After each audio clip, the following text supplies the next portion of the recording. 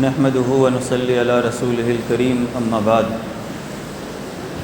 فأعوذ بالله من الشيطان الرجيم بسم الله الرحمن الرحيم إن الذين آمنوا وعملوا الصالحات كانت لهم جنات الفردوس نزلا خالدين فيها لا يبغون عنها حولا وقال الله تبارك وتعالى في موضع آخر وعباد الرحمن الذين يمشون على الأرض هونا وإذا خاطبهم الجاهلون قالوا سلاما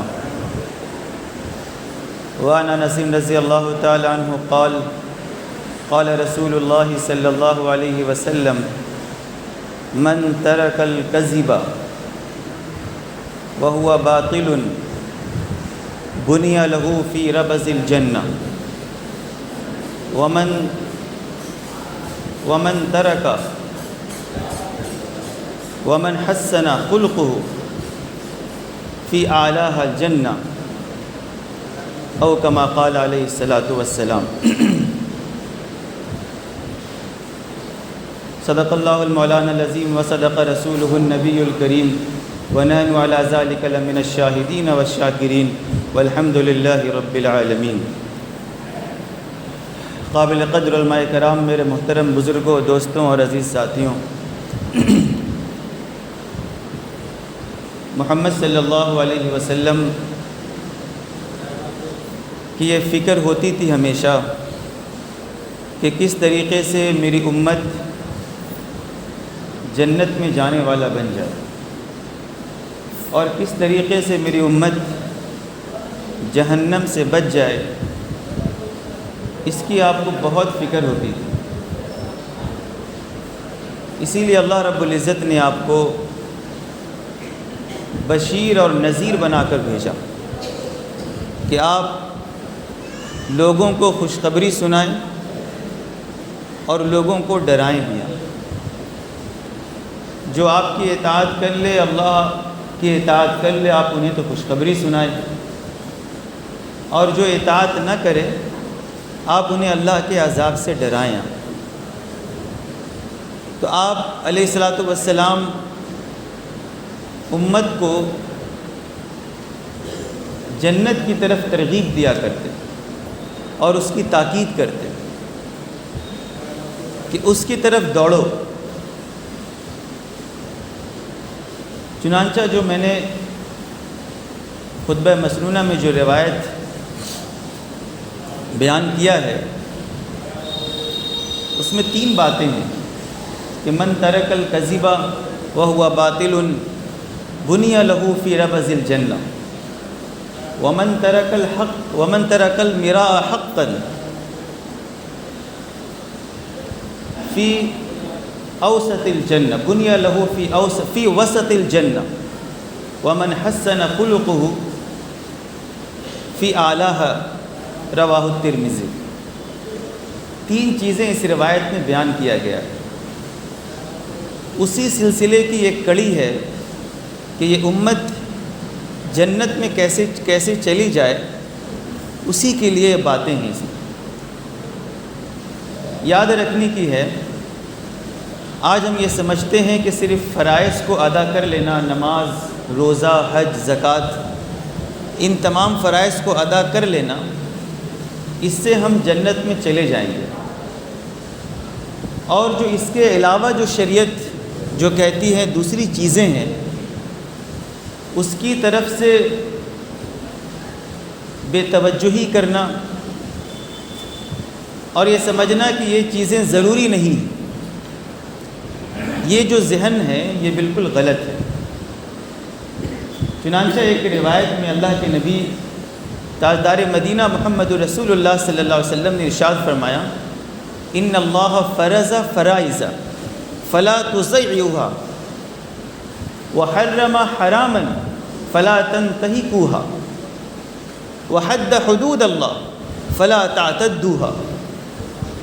3 چیزیں آپ نے ارشاد فرمائی اس میں کہ اللہ نے کچھ چیزوں کو تمہارے اوپر فرض کیا ہے، لہٰذا اسے ضائع نہ کرو، اور کچھ چیزوں کو اللہ رب العزت نے تمہارے اوپر حرام کیا ہے، لہٰذا اسے پامال مت کرو۔ اور اللہ کا ایک حد ہے، وحد حدود اللہ، اللہ کا ایک حد ہے، اس سے آگے نہ بڑھو، اس سے تجاوز نہ کرو۔ قرآن میں اللہ نے کئی جگہ ارشاد فرمایا تلک حدود اللہ، یہ اللہ کی حدیں ہیں، یہاں تک اللہ کی حد ہوتی ہے۔ اب اس سے آگے کوئی اگر بڑھتا ہے تو وہ شخص ظالم ہوگا، وہ شخص گنہگار ہوگا۔ تو اس روایت میں جو پہلے میں نے خطبہ مسنونہ میں پڑھا، 3 چیزوں کو بیان کیا ہے کہ اللہ کے نبی صلی اللہ علیہ وسلم نے ارشاد فرمایا کہ جو شخص جھوٹ کو چھوڑ دے گا تو اس کے لیے اللہ رب العزت جنت کے کنارے میں ایک محل تعمیر کریں گے، اس کے لیے بنائیں گے۔ آج انسان نماز بھی پڑھ رہا ہے، زکوٰۃ بھی ادا کر رہا ہے، دوسرے نیک کام بھی کر رہا ہے، لیکن اس کے اندر سچائی نہیں ہے، سچائی کی صفت سے وہ محروم ہے۔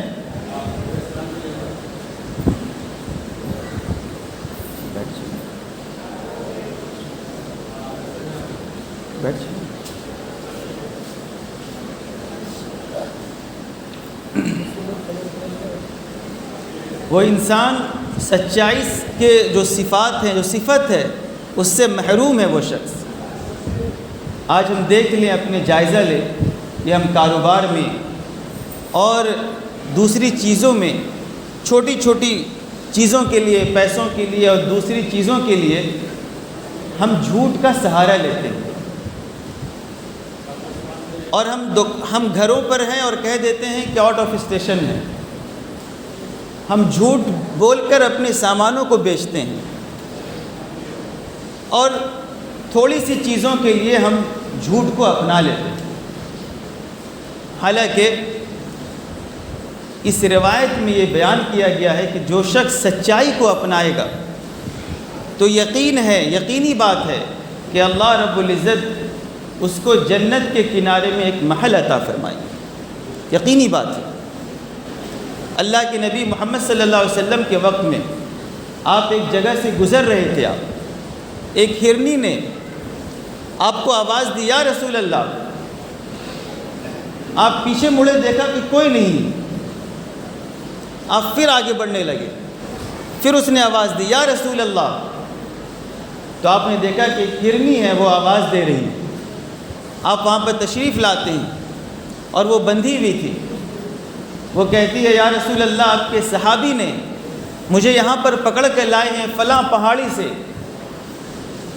آپ میری رسی کو کھول دیجئے، میرے بچے ہیں وہاں جو بھوک سے بلک رہے ہیں، میں انہیں دودھ پلا کر آ جاؤں گی۔ آپ علیہ الصلوۃ والسلام نے ارشاد فرمایا کہ تو جو وعدہ کر رہی ہے کہ اس کو نبھائے گی؟ وہ کہنے لگی، ہاں اللہ کے نبی، ضرور نبھاؤں گی۔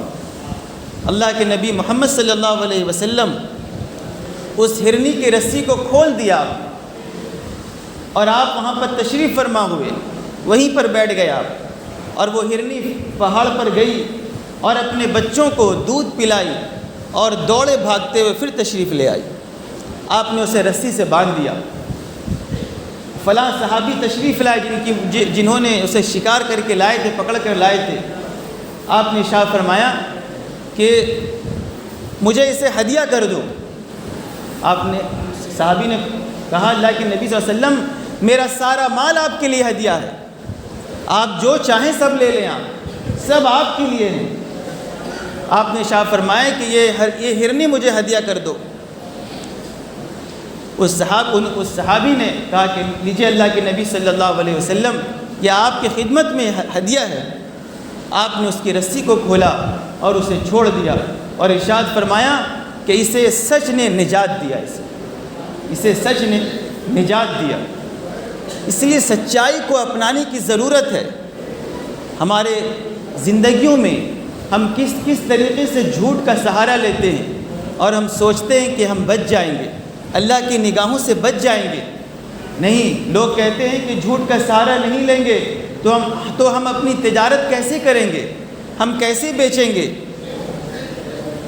آپ سچ بول کر بیچیں، اور پھر دیکھیں کہ اس میں کیا برکت ہوتی ہے۔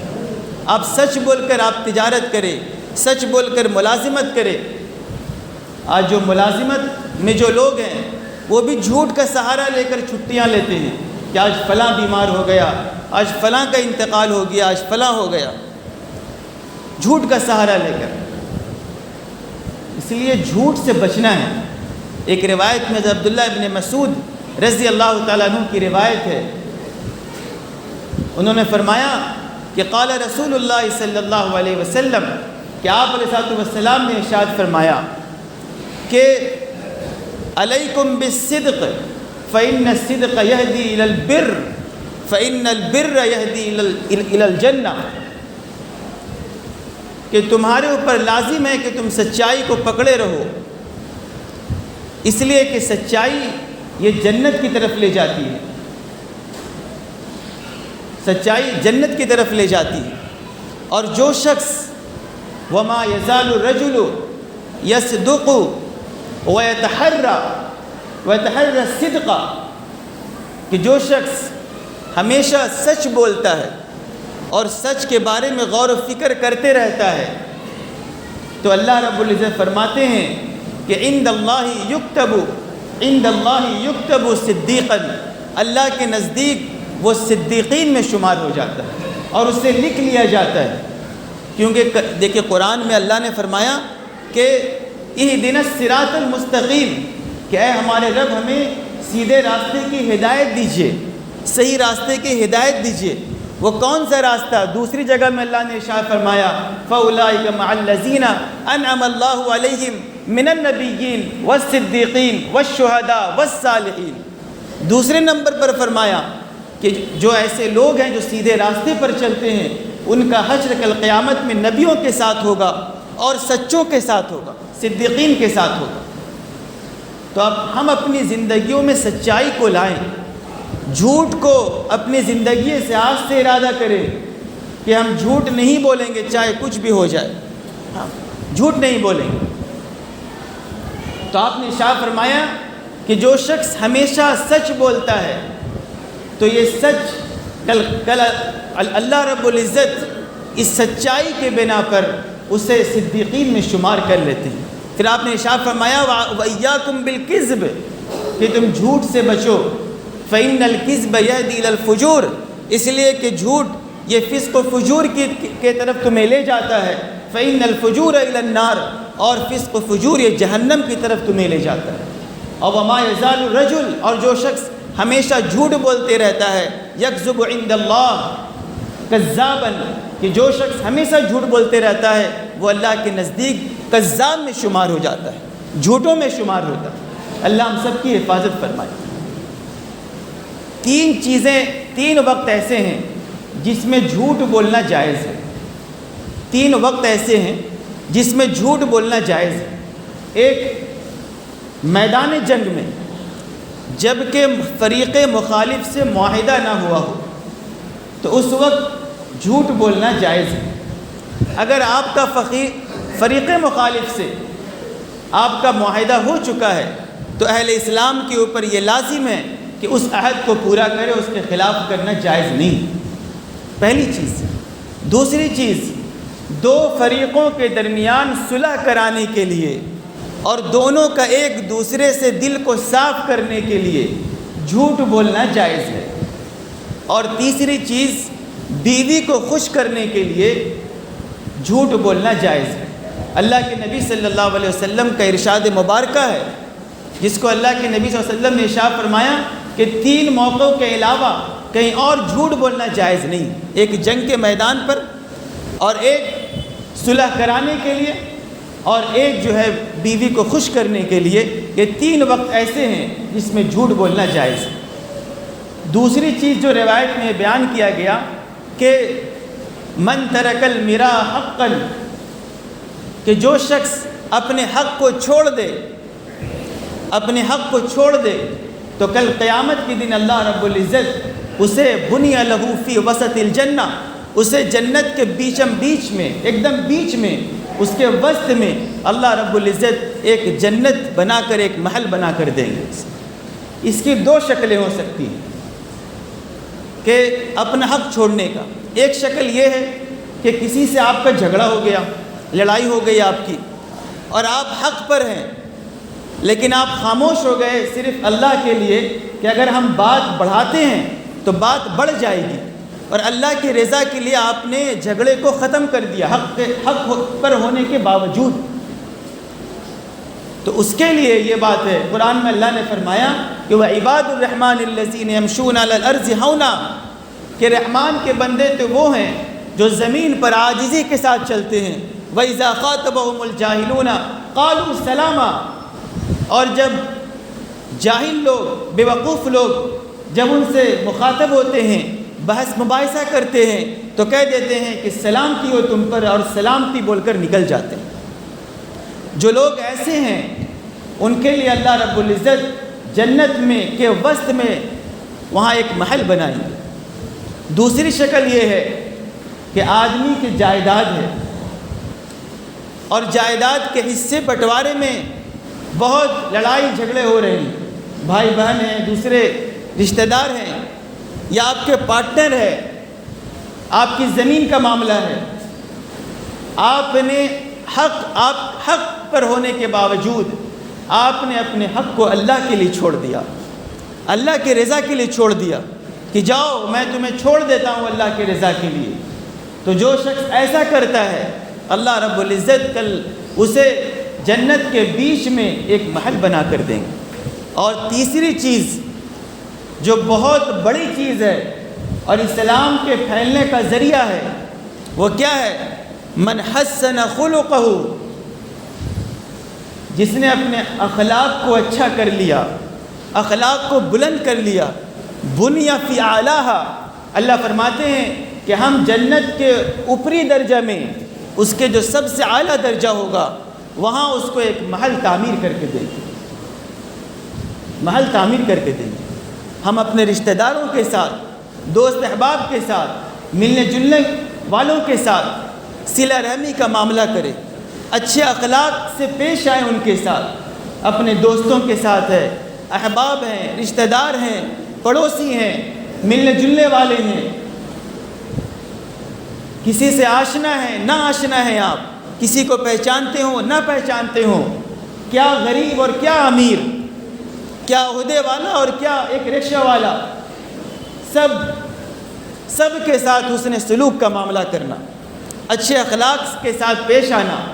یہ نہیں کہ کوئی مالدار مل گیا، کوئی عہدے والا مل گیا تو اس کے ساتھ تو ہم اچھے اخلاق سے پیش آ رہے ہیں، کوئی کم درجے کا لوگ ہیں، کوئی غریب ہیں تو ان کے ساتھ ہم ترش روئی کے ساتھ اختیار کر رہے ہیں، یہ نہیں، شریعت یہ نہیں کہی تھی۔ آپ علیہ السلام کی پوری زندگی آپ دیکھیں، آپ نے ہر ایک کے مراتب کو اس کے حساب سے رکھا ہے، آپ ہر ایک کے ساتھ اس کے اعتبار سے، اس کے مرتبہ کے اعتبار سے اس کے ساتھ آپ نے ٹریٹ کیا ہے، آپ نے اس کے ساتھ معاملہ کیا ہے آپ نے۔ اسی لیے اللہ کے نبی صلی اللہ علیہ وسلم نے ایک موقع پر ارشاد فرمایا کہ جو شخص اچھے اخلاق والا ہوتا ہے وہ جو رات میں عبادت کرنے والا اور دن میں روزہ رکھنے والے کے برابر میں آ جاتا ہے، اس کے مقام اور مرتبہ کو حاصل کر لیتا ہے۔ ایک روایت میں آپ نے یہ بھی ارشاد فرمایا کہ جو شخص کل قیامت کے دن میزان میں جو سب سے بھاری چیز ہوگی وہ حسن اخلاق ہوگی، حسن اخلاق ہوگی۔ لوگ کہتے ہیں کہ اسلام تلواروں کے زور سے پھیلا ہے، یاد رکھیں اسلام تلواروں کے زور سے نہیں پھیلا، اسلام حسن اخلاق سے پھیلا ہے۔ اچھے اخلاق دیا انہوں نے صحابہ کرام نے، اور اللہ کے نبی تاجدار مدینہ محمد الرسول اللہ صلی اللہ علیہ وسلم نے لوگوں کو بتایا، سکھایا کہ دیکھو کہ کس طریقے سے اچھے اخلاق ہوتے ہیں، کس طریقے سے اسلام ہمیں بتاتا ہے اور سکھاتا ہے۔ اس لیے میرے محترم بزرگوں دوستوں، جو 3 چیزیں بیان کی گئی ہے اسے اپنانے کی ضرورت ہے۔ سب سے پہلی چیز کہ سچائی کو اپنائیں، جھوٹ کو ختم کرے اور اللہ کے لیے اپنے حق کو معاف کرے اور حسن اخلاق کا مظاہرہ کرے۔ یہ 3 چیزیں جس انسان کے اندر آ جائیں گی، یقینی ہے انشاءاللہ کہ ضرور بھی ضرور ایسا شخص جنت میں جائے گا، اور اللہ رب العزت اس کے لیے جنت میں محلوں کی تعمیر بھی کریں گے۔ دعا کیجئے کہ اللہ رب العزت ہمیں ان باتوں پر عمل کرنے کی توفیق عطا فرمائے۔ وآخر دعوانا الحمد للہ رب العالمین۔